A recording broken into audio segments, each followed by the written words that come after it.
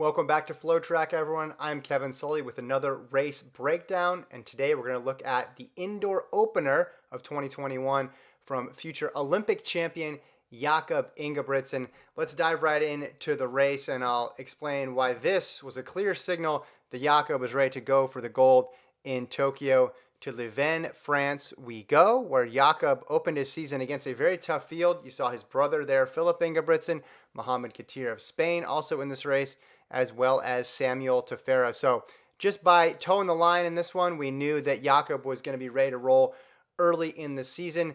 No real rust busters for him. He's going to jump right in and get right after this pace. You already see him out quickly, 27-1 there for the Rabbit. Very nice opening split. And this is a theme that continued all throughout the year. Didn't matter if it was a championship race, didn't matter if it was a paced race. Jakob in great position early on, establishing himself, knowing that, hey, the 1500 in championship style racing, it's changed a bit over the past couple of years. I'll talk more about that in a second. And these races, these rabbited races, are really, really good practice for what you're going to see come championship time, which hasn't always been the case to that point. Let's look at this first 400-meter split here. In his opener, we're out in 55.8. To give you a little perspective, that ended up actually being quicker than the first 400 that they ran in Tokyo. Now, I know it's an indoor race. People tend to be more aggressive, jockeying for positioning early on. But still, this is the opening race of the season. And as we know, with the benefit of hindsight, that Olympic race wasn't exactly slow either. So 55.8 right out of the gate for Jakob Ingebrigtsen. And this season for Jakob was all about taking that next step, getting beyond where he'd been in the past, which was stuck a little bit behind Timothy Cheruiyot and some other runners, but namely Cheruiyot, the guy who's ruled over the event the past couple of years and has been so consistent. And Cheruiyot has run a very specific type of race, which is very aggressive from the front, not letting it get tactical, grinding down his opponents. We even saw in Doha, basically that turned to everybody running for second place. No one really put in a serious surge to match Cheruiyot. To that point here, let's go back a tad here. They eased off a bit there, almost running about 29 seconds for that 200, but still out very quick. Now, let me point out one fact historically. Now, this is something that's been really interesting to track over the past couple of years. Let me pull up this men's 1500-meter progression chart, and I'll break it down real quickly. You guys should be able to follow along, not too difficult. So I just went back a couple Olympic cycles. So I went back to 2012 and listed only championship years, and we have the season best, so the fastest time put out by anybody in the year is listed.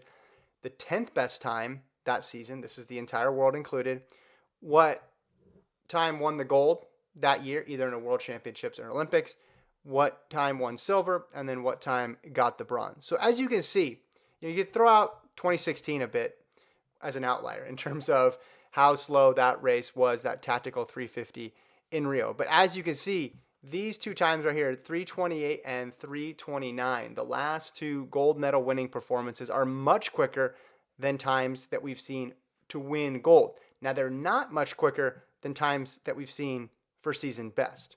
So basically, what we have here is the 1500 becoming more like the events that are shorter than it, in that people are running their fastest at championship time, or right around their fastest at championship time. We've seen a little bit of divergence from just the slow sit and kick, from the everybody waits around and makes it a really fast 800. So, the gold medal winning time, 328.32, season best 328.28. Last year in 2019, Cheruiyot ran that amazing race from the front, 329.26. That was less than right about half second off what the fastest time in the year was. That wasn't always the case. You go back to 15, 13, and 12, there was a huge gap between those times. And the trend continues all the way through the first three places, right? So 331 for bronze in 2019. This year it took 329 to get the bronze medal. So it's not as if there's just one person running an outlier performance and leaving everybody in the dust. Yes, Cheruiyot ran really well in 19, but he pulled other people along. And yes, as we know from this year, that Cheruiyot Ingebrigtsen battle, pulled everybody else along too. But what we're seeing is these races, these championship races, are looking an awful lot like the regular season. Again, it might seem obvious, but that hasn't been the case. So here we go to 2 laps to go, and Ingebrigtsen is in the process of breaking this thing wide open. Again, this is his first race, but he's already laying out the template for what he would do in Tokyo. It's not like how things were 5, 6, 7 years ago.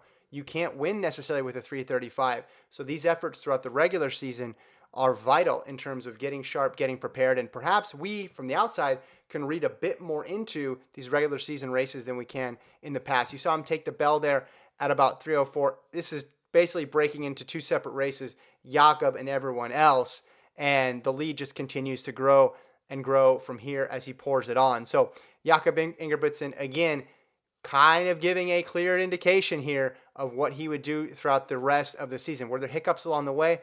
Absolutely. But this type of racing would serve him very well later on. We see he crosses the line there, finger up in the sky, pointing that 3:31, a European record, and that finger in the sky, we'd see that later on in the year. Exact same pose, but that time it was when he was winning the Olympic gold medal. So the seeds obviously have been planted for a very long time for Jakob Ingebrigtsen to win gold. He's been good, since he was a teenager. In his early teens, he was smashing records. But how he performed early on in the 2021 season gave us the indication that he could actually contend with and beat Timothy Cheruiyot.